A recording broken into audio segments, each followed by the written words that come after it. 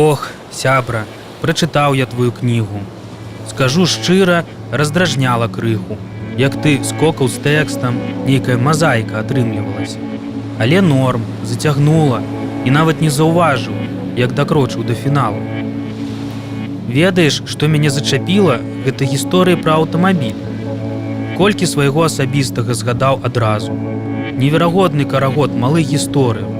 Падарожжы, начныя завірухі, невялікія ДТЗ, вялікія коркі, нечаканыя лясныя дарогі з намётам у багажніку і п'янай зграі пацаноў, калі мы літаральна ледь не разбіліся, выскачыўшы наверх узбярэжжа Вяллі і проста павіслі над цёмнай халоднай вадой.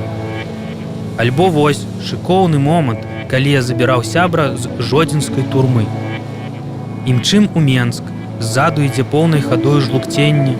Я не п'ю, машына без тэхагляду, без працоўных габарытаў і чырвоных стопаў, адна фара ледзь гарыць. На задніх месцах Ю і Ша заліваюцца да самых зрэнак. І нас спыняюць перад уездам у горад.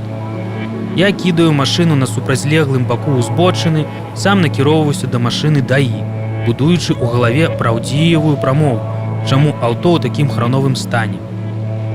Разумееце, лейтенант, я на гэтай машыне не езджу, але сёння ў сябра памерла бабуля ў жодзені. Ён быў такі сумны, скрушны. Я вырашыў рызыкнуць, завесці яго. Цяпер вось з пахавання дадому едзе. Я ж, вы бачыце, не піў.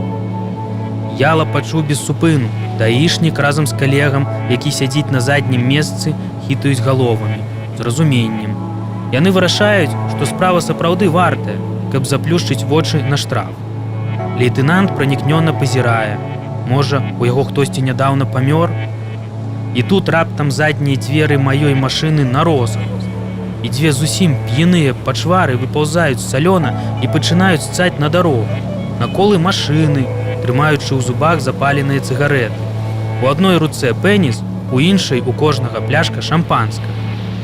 Я так і самлеў у даішнай машыне. Дупаю адчуў, як пот прасачыўся скрозь поры на ўсёй скуры.